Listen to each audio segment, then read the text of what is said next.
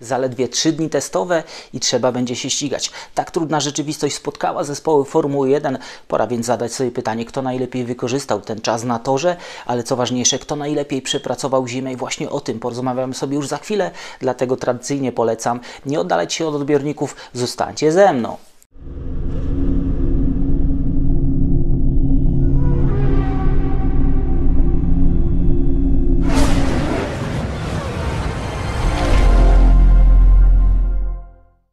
Jest poniedziałek, 27 lutego, Daniel Biały, Echa Padoku. Nie przypominam sobie, kiedy ostatnio zespoły miały tak ograniczony czas na te zimowe testy, ale również te testy od wyścigu, żeby dzielił tak mały dystans w kalendarzu. Takie są realia i każda minuta spędzona na torze jest niezwykle cenna. Każdy detal, który przeszkadza w tym, żeby wyjechać na tor, urasta do ogromnych rozmiarów. Za nami te 3 dni zimowych testów. Pora je podsumować, pora wyciągnąć pierwsze wnioski, kto najlepiej przepracował ten czas na torze, ale również kto znalazł w zimę te ważne ułamki sekund, które dodane do siebie spowodują, że przewaga nad rywalami stanie się jeszcze większa, bądź układ sił w tabeli się zmieni i w tym roku wygląda na to, że rzeczywiście te zmiany w układzie w tabeli będą i to będą dość znaczne. Oczywiście to są dopiero przewidywania po tych pierwszych zimowych testach. Niektórzy rzeczywiście poskładali te detale do siebie i jeździli praktycznie bez przerwy, inni gdzieś to wszystko zgubili i będą musieli cierpieć bardzo mocno. W szczegółach o tym za chwilę. Choć narzędzia, którymi dysponują dzisiaj zespoły, są coraz bardziej zaawansowane, to nic nie zastąpi czasu spędzonego na torze, pewnych warunków środowiskowych, pewnych zachowań samochodu.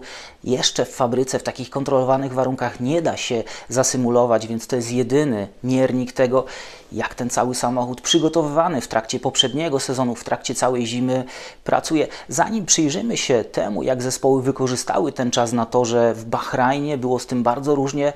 Na początek proponuję takie małe zestawienie przygotowane przez serwis F1 Data Analytics, serwis, który możecie znaleźć na przykład na Twitterze i to są takie pierwsze wnioski, które możemy wyciągnąć z tych zimowych testów. Zwróćcie uwagę na to, jak wyglądały czasy okrążeń, czy rozkład tych czasów okrążeń zespołów w trakcie zeszłorocznych testów w Bahrajnie, tych 3 dni testów i tegorocznych testów. Zobaczcie, te czasy okrążeń były bardzo rozrzucone w stosunku do siebie. Jeżeli popatrzymy na to, jak wygląda to w tym sezonie, to zdaje się, że mamy to wypłaszczenie stawki, na którym tak bardzo zależy i nam, kibicom, i władzom serii. Te zmiany wprowadzone w regulaminie technicznym miały właśnie spowodować, że ta stawka zacznie się zbliżać. To jest też zawsze efekt stabilności przepisów technicznych, więc jest taka wskazówka, rzeczywiście zespoły będą bliżej siebie, więc czeka nas ciekawsza rywalizacja. Druga rzecz, która zwróciła moją uwagę, dlatego Wam pokazałem ten wykres, on jest bardzo ciekawy, choć nie dość dokładny, bo mamy tutaj wzięte pod uwagę czasy z testów, a nie czasy z weekendu wyścigowego. Te czasy z weekendu wyścigowego moim zdaniem są bardziej wartościowe, więc za chwilę się do nich odniesiemy. Zwróćcie uwagę na ten moment, czyli 3. dzień zimowych testów w Bahrajnie 2022 i 1. dzień zimowych testów w Bahrajnie 2023. Większość zespołów osiągała tego pierwszego dnia tej zimy gorsze czasy niż ostatniego dnia tej poprzedniej zimy. To jest w pewnym sensie naturalne. To mogłoby wskazywać, że rzeczywiście tegoroczne czasy okrążeń ze względu na te zmiany w podłodze będą wyższe. Natomiast wśród tych linii, które się tutaj znajdują, 2 linie nie pasują do tego schematu. Mówię o linii niebieskiej, czyli linii Williamsa oraz linii zielonej, ciemnozielonej, przypisanej do Aston Martina. Te dwa zespoły od razu inicjalnie były w stanie pojechać szybciej niż ostatniego dnia zimowych testów w Bahrajnie w zeszłym roku. To wskazuje, że to są zespoły, które zrobiły duży postęp, szczególnie w stosunku do zeszłorocznych zimowych testów. Aston Martin po raz pierwszy, tego Aston Martina będzie dzisiaj naprawdę sporo, bo to jest zespół, który wyróżnił się w trakcie tych zimowych testów. To jest zespół, który po tych zapowiedziach i tych plotkach dowiózł na razie przynajmniej na torze. Zobaczymy, jak będzie w trakcie weekendu wyścigowego, bo to będzie prawdziwy miernik tego, na co stać Astona Martina. I kolejne zestawienie, które dla Was przygotowałem, to jest zestawienie przejechanych kilometrów w trakcie tych zimowych testów, tych bardzo cennych kilometrów. Każdy kilometr daje szansę na sprawdzenie różnych ustawień, nie tylko zawieszenia, nie tylko jednostki napędowej, nie tylko aerodynamicznych. Ten cały pakiet ma szansę się zweryfikować i zobaczcie, jak to wygląda w tym roku, jeżeli chodzi o te zimowe testy. Na szczycie 2467 km przejechanych Alfa Tauri, Williams, Ferrari, Haas, Red Bull, Alfa Romeo, Mercedes, Aston Martin. I do tego momentu mamy różnicę mniej więcej jednego weekendu wyścigowego. Nieco odstaje Alpine i bardzo mocno odstaje McLaren. I tutaj sugestia, że McLaren w tym roku zaliczył bardzo słabe zimowe testy. Przyjechał po prostu bardzo słabo przygotowany do tych testów. I tutaj mamy takie procentowe odniesienie do tego, jak pojechali ci najlepsi, czy w tym przypadku Alfa Tauri, ile procent byli w stanie z tego wyniku zrobić pozostali. No i rzeczywiście McLaren bardzo mocno odstaje też nieco Alpine. Celowo umieściłem tutaj zestawienie tych przejechanych kilometrów w trakcie zeszłorocznych zimowych testów, bo to jest drugi rok, kiedy McLaren bardzo słabo wykorzystuje ten czas zimowych testów i to też może być odpowiedź na pytanie, dlaczego w McLarenie jest tak słabo. Czyżby ta dbałość o detal, która była w tym zespole za czasów Rona Denisa, gdzieś zniknęła i to przeszkadzało? Myślę, że odpowiedzi na to pytanie przyjdą. Zespół będzie ich bardzo mocno szukał. W tym roku przeszkadzała bardzo drobna rzecz. Doszło do awarii tych owiewek, które znajdują się wokół kół. Zespół to kleił, łatał, ale nie był w stanie wykorzystać tego czasu na torze. Na weekend wyścigowy mają przyjechać już wzmocnione elementy. Gdyby byli w Barcelonie, myślę, że te elementy przyjechałyby szybciej. Testy tak daleko od fabryk mają właśnie te negatywne punkty czy negatywne efekty na to, co się dzieje na torze, więc McLaren bardzo słabo rozpoczął tegoroczną kampanię wyścigową. Will Buxton na Twitterze napisał, że tego trzeciego dnia zimowych testów w Bahrajnie zauważył obrazek, kiedy Lando Norris z frustracji, z irytacji uderza ręką w ścianę i tak miał zakończyć ten trzeci dzień testowy, miał go uspokajać jego fizjoterapeuta czy inżynier wyścigowy, natomiast to pokazuje, że w McLarenie nie dzieje się najlepiej i wskaźniki tego zobaczycie również na kolejnych slajdach, które dla Was przygotowałem. Teraz jedno okrążenie, czyli te zestawienia, które fruwają cały czas w mediach społecznościowych, również na oficjalnych serwisach Formuły 1, natomiast tamte zestawienia nie zawierają jednego elementu korekty z uwagi czy ze względu na oponę wykorzystywaną przez kierowcę czy kierowców w trakcie tych najszybszych przejazdów. No i zobaczcie, jak wyglądają te czasy jednego okrążenia po korekcie. Na szczycie zestawienia Red Bull, który jeździł fenomenalnie każdego dnia. Obaj kierowcy byli w stanie jechać długo, jechać szybko, nie mieli problemów z pokonywaniem tarek, nie mieli problemów z porpoisingiem, z podbijaniem tego samochodu. Dodatkowo pisze o tym niemiecki Automotor Sport, że jechali 10 mm niżej niż pozostali. To Wolf miał powiedzieć, że gdybyśmy tak ustawili swój samochód, to podłoga by tego nie przetrwała, porpoising by ją po prostu zniszczył. Tak nisko miał jeździć również Aston Martin. Na drugim miejscu w tym zestawieniu po korekcie mamy Ferrari, trzecie miejsce Mercedes, więc mówiłem Wam trochę o tych problemach na starcie sezonu Mercedesa. Porpoising występuje w małym procencie, więc przyznaję się, biję się w pierś. Zbyt szybko wyciągałem te wnioski po tych filmach udostępnionych po tym evencie filmowym. Natomiast bouncing nadal się w tym samochodzie pojawia, szczególnie zakręt 12, tam to się pojawiało. Mówili o tym kierowcy, mówili o tym inżynierowie zespołu. W Mercedesie są pewne problemy, jeżeli chodzi o przednie, szczególnie przednie zawieszenie. Dużo pracy było na torze właśnie z ustawieniami tego przedniego zawieszenia i to może się powielać w trakcie tego weekendu wyścigowego, który przed nami. Dalej, co ciekawe, Alfa Tauri, na które pewnie nikt specjalnie nie stawia. Dość wysoko Alfa Romeo, Haas, Aston Martin na tym jednym kółku nie jechał zbyt szybko, ale tutaj łatwo jest oszukać nas jako obserwatorów. Potem mamy McLarena, Alpine i Williamsa, który mocno odstaje. No i teraz porównanie tego, jak mocno zespoły zyskały w stosunku do zeszłorocznego weekendu wyścigowego i zeszłorocznych testów.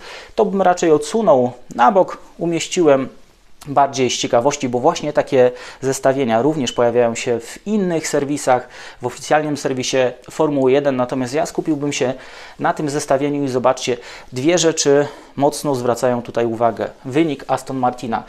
To jest to, co udało im się znaleźć w trakcie tej zimowej przerwy. To jest to, czym Aston Martin straszy. Nawet tych największych mówią o tym przedstawiciele Red Bulla, Ferrari, Mercedesa. Drugi zespół, który się wyróżnia Alfa Tauri również 1,5 sekundy. Mówił o tym również Mario Isola. Tegoroczne auta jeżdżą średnio o 1,5 sekundy szybciej, czy opony jeżdżą o 1,5 sekundy szybciej, są zmuszane do takiej jazdy niż w zeszłym roku. Tegoroczne auta będą szybsze, będą jeździć jeszcze szybciej, te czasy będą niższe, co sugeruje, że te zmiany wcale tak mocno nie zaszkodziły. Mówię o zmianie wysokości podłogi, zmianie wysokości gardła, dyfuzora. Red Bull 0,8 sekundy, Ferrari na tym jednym kółku w zasadzie na poziomie zeszłorocznego weekendu wyścigowego. Co do Ferrari, są tam problemy, jeżeli chodzi o balans tego samochodu. To może trochę martwić. Mówiłem Wam o tym w analizie Red Bulla, że Adrian Newey robił wszystko, żeby nie stracić tych bardzo dobrych cech, które były w tym samochodzie w zeszłym roku. RB18 miał te cechy: łagodny dla opon, szybki kiedy trzeba i tak dalej, i tak dalej. W przypadku Ferrari chyba doszło do zmiany zachowania tego samochodu. Charles Leclerc mówi, ten samochód jest inaczej zbalansowany. Ja musiałem zmienić swój styl jazdy, żeby wycisnąć z niego to, co najlepsze. Tam są problemy z przednią osią szczególnie, są problemy z wysokością zawieszenia. Ferrari według doniesień włoskiego serwisu Formula.1 musiało podnieść ten samochód na testach, bo pojawiał się, uwaga, porpoising. Więc Ferrari, mimo tego, że było tak dobrze na starcie, mimo że ta konstrukcja wygląda na innowacyjną, ma taką diwę, jak piszą Włosi, czyli samochód bardzo kapryśny, bardzo wrażliwy na zmiany ustawień. Jak będzie dalej, nie wiadomo. W przypadku Ferrari pojawia się też sugestia, że ten samochód mocno zjada opony, więc akurat ta charakterystyka z zeszłego roku przeszła również do tegorocznej konstrukcji, co w Bahrajnie może mieć duże znaczenie. Tam tylne opony cierpią niesamowicie.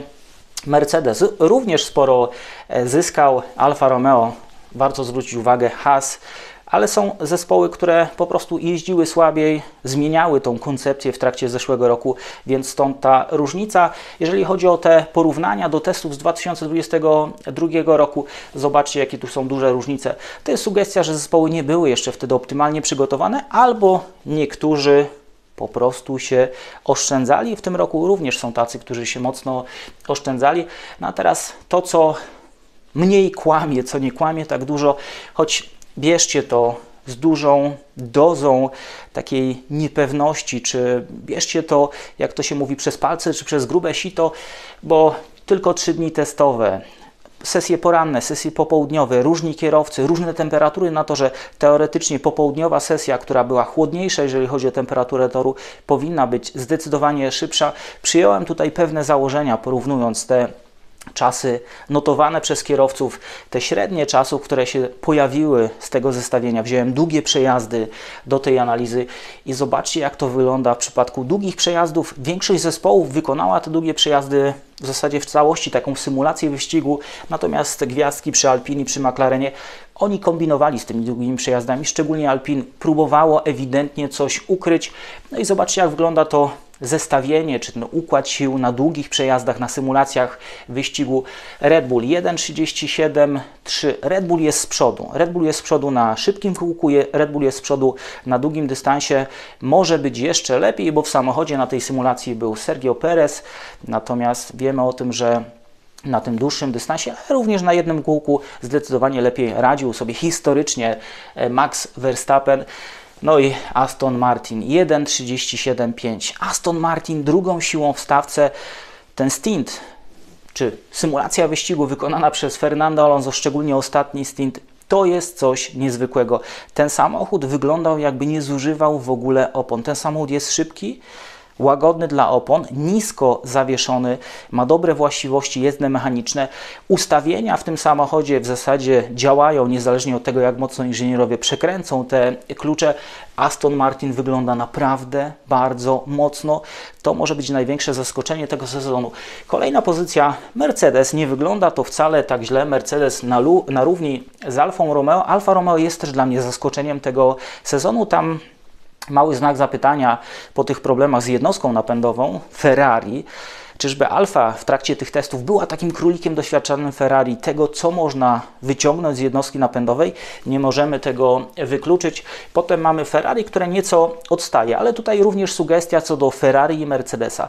Ferrari miało zbyt mało docisku w trakcie tych zimowych testów, mówimy o tylnym skrzydle, tam brakowało. Mercedes z kolei przywiózł skrzydło z bardzo dużym dociskiem, to też im przeszkadzało, ten opór na prostych był bardzo duży.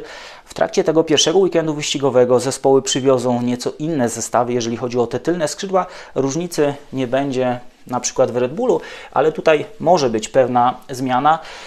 Alpine 1:38,4, czyli gdzieś na poziomie Ferrari, ale to jest bardzo krótki przejazd, taki mini symulacja wyścigu wyciągnięta przeze mnie z tych czasów, które zostały zebrane, więc Alpine jest pewną obietnicą. Alpine na start tego sezonu ma przywieźć jakieś nowe rozwiązanie, jeżeli chodzi o przednie skrzydło, jeżeli chodzi o zawieszenie tego samochodu, czy narzędzie do regulacji wysokości zawieszenia. To wszystko brzmi bardzo tajemniczo, ale Alpine w ogóle przez cały ten weekend, nie weekend, tylko ten czas testowy zachowywały się bardzo tajemniczo. Nietypowy program, krótkie przejazdy, ciężko coś z tego wyczytać. A zespół zdaje się być zadowolony z tego, co udało się wykonać w trakcie tych zimowych testów. Następnie Alfa Tauri i tutaj mamy tą grupę zespołów, które są naprawdę bardzo blisko siebie, jeżeli chodzi o tempo wyścigowe. To jest to zbliżenie się do siebie zespołów, o którym Wam mówiłem na początku, pokazując tą grafikę, ten wykres. Więc jest ciasno w tej środkowej grupie. No i potem mamy zespoły, które mocno nam odstają, czy mocniej odstają. Haas oraz Williams. Dla Haasa na pewno nie będzie to taki sezon jak w zeszłym roku. Williams też, mimo że się mocno odbił, to był daleko z tyłu, więc nadal zajmuje to miejsce gdzieś przy końcu stawki. I na samym końcu ten McLaren, ten powracający obrazek Norrisa uderzającego ze złości, z frustracji gdzieś w ścianę, 1:48, to na pewno nie będzie tak wyglądało. To wszystko jest wynik pewnego zaburzenia rytmu testu. Nie byli w stanie przygotować tego samochodu do takich długich przejazdów, nie byli w stanie tego wykonać w optymalnym tempie. Na pewno McLaren będzie wyżej, ale to nie będzie dobry sezon dla McLarena. McLaren raczej nie będzie zespołem, który będzie na czele tego środka stawki. Oni raczej będą aspirowali do tej pozycji, ale wydaje mi się, że będą niżej. No i teraz taki finalny punkt, to jest takie pomieszanie tego, co udało mi się znaleźć w tych danych, które przez ostatnie dość długie godziny analizowałem, z tym, co gdzieś czuję pod skórą, z tym, co mi podpowiada moja intuicja. Przeglądałem zeszłoroczną analizę testów. Ta intuicja u mnie jest taka średnia, więc się tym nie sugerujcie tak mocno. Natomiast teraz to, co chciałbym Wam pokazać, czy zasugerować, jak to wszystko może wyglądać. Na czele zdecydowanie Red Bull. Zdaje się, że ta przewaga Red Bulla jeszcze urosła. Oni są jeszcze szybsi, oni są jeszcze bardziej niezawodni, oni są jeszcze bardziej pewni siebie, głodni kolejnego tytułu mistrzowskiego, a z pewnym dystansem za Red Bullem zdaje się, że będzie trójka zespołów. Aston Martin, Mercedes oraz Ferrari. Aston z Fernando Alonso w samochodzie, nie wiem, jak będzie wyglądała ta przygoda ze Strollem. Albert Fabrega powiedział dzisiaj, że nie ma mowy, żeby Stroll usiadł w tym samochodzie w pierwszym i być może drugim weekendzie wyścigowym, więc będzie zastępstwo, więc to punktowanie może być poniżej możliwości samochodu, który przygotowali na ten start sezonu. To nie jest dobre rozwiązanie, czy to nie jest dobra sytuacja, o czym mówił Fernando Alonso. Stroll był potrzebny w trakcie tych zimowych testów po to, żeby się objeździć, poznać ten samochód, dać swoją informację zwrotną, żeby obaj kierowcy mogli punktować w tym samochodzie. Dalej trochę na wiarę Alpine. Zdaje mi się, że nie są tak słabi, jak pokazują, że te rozwiązania, które mają, mogą zahaczać o pewne luki w przepisach i to oni mogą być znowu na czele tej grupy pościgowej, która uszczupliła się właśnie o Aston Martina i równolegle z nimi postawiłem Alfa Romeo. Alfa Romeo naprawdę zrobiła kolejny krok do przodu. Fred Vasseur zostawił zespół w naprawdę dobrej dyspozycji, w dobrym stanie i przeniósł się do Ferrari. Zobaczymy, jak długo Alfa będzie w stanie utrzymać tą dobrą dyspozycję. Dalej Alfa Tauri na równi z McLarenem i znowu ten McLaren, podobnie jak Alpine, trochę na wiarę. Oni nie mogą być aż tak słabi. Te owiewki da się wzmocnić, ale tego czasu straconego na testach nie da się już odzyskać, dlatego McLaren dość nisko moim zdaniem. No i w końcowej tabeli, na samym końcu tego mojego zestawienia, Haas oraz Williams, tutaj nic się nie zmienia. To są przewidywania, które starałem się podeprzeć Wam liczbami zebranymi w trakcie tych 3 dni zimowych testów. Jak to się potwierdzi, przekonamy się za rok i znowu stanę przed Wami i odniosę się do tego, co było i do tego, co być może będzie. Traktujcie to w ramach zabawy, takich przewidywań. Nie traktujcie tego super poważnie. Tak dawno usłyszałem takie bardzo fajne zdanie, które trochę zmieniło moje podejście do nagrywania. Przecież to tylko YouTube, przecież to tylko zabawa. Zawsze staram się przygotować jak najlepiej, ale zdałem sobie sprawę, że nie można tutaj iść za mocno w to wszystko. Trzeba czasami przyznać się do błędu, pośmiać się z samego siebie, bo inaczej straci się ten dystans. Czy nie mając tego dystansu będzie trudniej łapać z Wami dobry kontakt. I jeszcze wracając do Mercedesa, tak jak powiedziałem, porpoisingu, który by przeszkadzał, tak jak w zeszłym roku nie widać, jest lekki bouncing, są małe problemy, więc ten mój obraz, który Wam przedstawiłem kilka dni temu, był lekko przekrzywiony, choć zostawiam sobie pewien margines tego, że jeżeli Mercedes pójdzie zbyt mocno z ustawieniami, zbyt nisko, zawiesi ten samochód, o czym mówił Toto Wolff, to te problemy mogą powrócić. Porpoising nadal jest, to widać w wielu konstrukcjach, tylko Aston Martin i Red Bull zdają się być konstrukcjami, które są w zasadzie niewrażliwe na ten niekorzystny efekt, na to niekorzystne zjawisko, ale tak naprawdę pierwszy weekend wyścigowy zweryfikuje nam to wszystko. To jest nadal taki obraz nieco zamglony. Bahrain, ale już w formie weekendu wyścigowego wszystko nam wyjaśni. Nie mogę się doczekać tego startu sezonu, tego czy trafiłem, czy nie, a przede wszystkim tych emocji związanych ze ściganiem. Gdyby Fernando Alonso, o czym Wam mówiłem, wrócił w takim mocnym trybie, w mocnym samochodzie, będąc w stanie walczyć z tymi najlepszymi, to lepszego scenariusza na ten sezon nie możemy sobie wymarzyć. Będziemy oblizywać palce z zachwytu i tego sobie i Wam życzę. Na zakończenie tych zimowych testów przed nami weekend wyścigowy, przed nami być może kolejne analizy. Zostało Alpine, zostało Alfa Tauri. Nie zostawię tego tak bez odzewu, ale o tym wszystkim dopiero w kolejnym wydaniu magazynu Echa Padoku. Za dzisiaj Wam bardzo dziękuję. Trzymajcie się i do zobaczenia.